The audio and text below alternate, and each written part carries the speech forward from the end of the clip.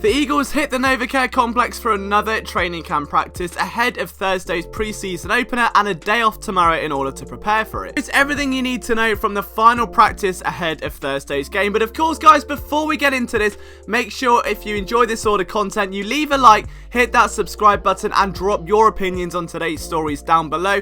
And you can check out daily stories like the one seen on screen at phillysportsnetwork.com. And a quick heads up as well that on Thursday night, when the Eagles take on the Titans at Lincoln Financial Field, we will be live streaming audio commentary. So the idea is you can have the game on a screen and then come and chat with all of our community and Eagles fans here at Philly Sports Network and myself, who will be providing an alternate audio stream throughout the game. So if that sounds like something you're into, we're going to have giveaways, prizes, lots of fun and plenty of Eagles discussion. Or maybe if you can't get to the game or don't know how to watch the game, you can get audio coverage from myself and talk all things Eagles with everyone in the chat. So I hope to see as many of you there as physically possible. But until then, let's get into Tuesday's headlines. The Eagles kicked off Tuesday with a pair of roster moves. Firstly, defensive end Joe Osman was placed on injured reserve after it was announced that he suffered a torn ACL during the Eagles open practice at Lincoln Financial Field. This was a case of worst fear being realised for the Eagles after Osman had such a promising training camp and almost seemed like he was destined to pick up a solid role in the defensive end rotation. In his place, veteran Kasim Edebali was signed, who is a 30-year-old pass rusher now joining his 8th NFL franchise after going undrafted in 2014. His most productive season was 1 year later, where he amassed 5 of his 8 career sacks, but with 62 games under his belt, you can see why the Eagles would be willing to take a shot. Don't be surprised if Connor Barwin does return, however. The Eagles also waived offensive tackle Casey Tucker with an injury designation. And this is slightly surprising considering that he sustained a concussion just 1 day after a scrap with Sharif Miller. Now, either Miller has channeled his inner Rey Mysterio and given him a 619 beyond belief, or there's a sporting injury we're unaware of. Either way, former USC corner Ajeen Harris will take his spot on the roster as someone that worked out for the team during rookie minicamp. Traditionally a slot guy, Harris tallied 58 tackles, 6 passes defensed, and a pick 6 as a senior, and will slot in, if you pardon the pun, with that battle to replace Captain Cravon until he returns to full fitness. The Eagles' injury list, as you can see on screen, is also something to be wary of ahead of preseason, and it's not so much a concern for the guys listed, but the players like Nigel Bradham, Fletcher Cox, Derek Barnett, and Ronald Darby, who are still yet to partake in full team activities, rehabbing injuries sustained last year.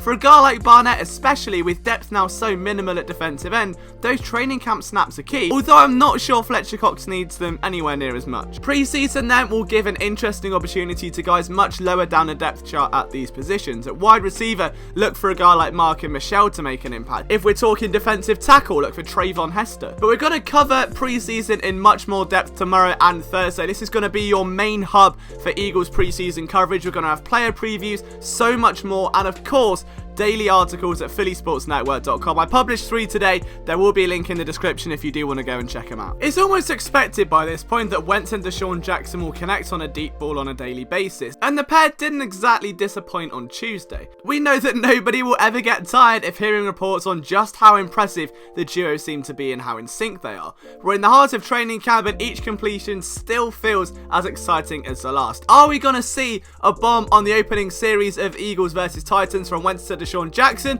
Place your bets in the comments. Don't write it off just yet, but it would certainly set the link on fire. Rodney McLeod was finally able to partake in 11-on-11 drills last week, and although there was no strict contact, his progress continues as the season draws nearer.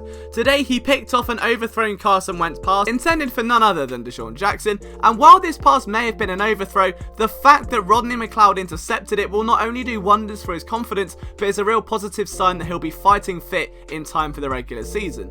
An interception won't suddenly throw McLeod into first team reps and live hitting situations, but it shows he's on the right path, and for a team already battling the injury bug this year, that's a strong sign. Next up, Thorson does a thing. It's been a wobbly offseason for the rookie QB, but he made an impressive pass to Greg Ward Jr. today, another name to watch out for in preseason. And after drawing subtle praise from Doug Peterson this summer, it's nice to see Thorson make a wave as opposed to struggling to swim against the current.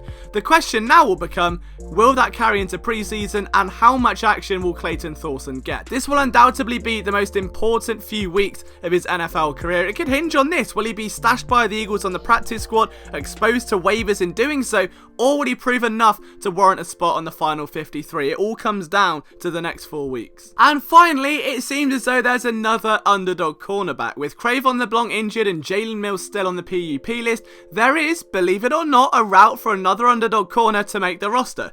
I know, shocking.